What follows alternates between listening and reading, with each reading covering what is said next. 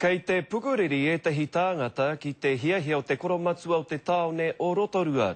Ki te tuku atu i tētahi wahine no iwi kē, māna tētahi taiaha hei kawe atu ki te whenua o Hainan.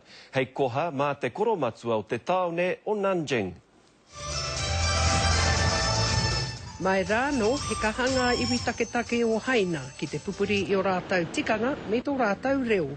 Te kaupapa e whakanui ana ki wainga i taua taone me te kaunihera o Rotorua. Engari nā te tohua mā tētahi wahine no iwike, hei māngai kōrero, a hei mau atu hoki i tētahi taiaha ki te koromatua o Nanjing, te take i tūai ngā pihi o te tokorua nei. I've spoken with Mr Mayor and asked him would he readdress it, because for me it's an insult to Te Arawa Iwi, to my mana, to my integrity. Quite clearly in the advice I've had, particularly this morning from Māori leaders and Māori people, is that this is the wrong way to handle the process, that there should have been someone more senior than a third-tier manager from a local authority.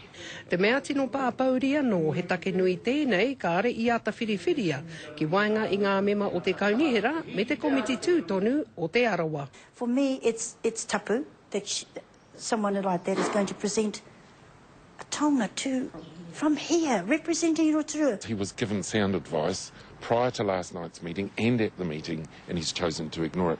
And he can do that. I mean, he's in that position to do that. She's the Sister City Coordinator for Rotorua District Council. She's a staff member, and considering other people, I thought she was the best person to go, and she's agreed to go.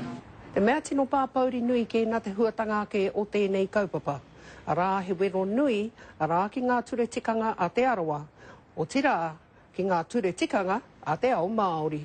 If a taiaha is offensive to some, I will reconsider and choose another gift for the Mayor of Nanjing.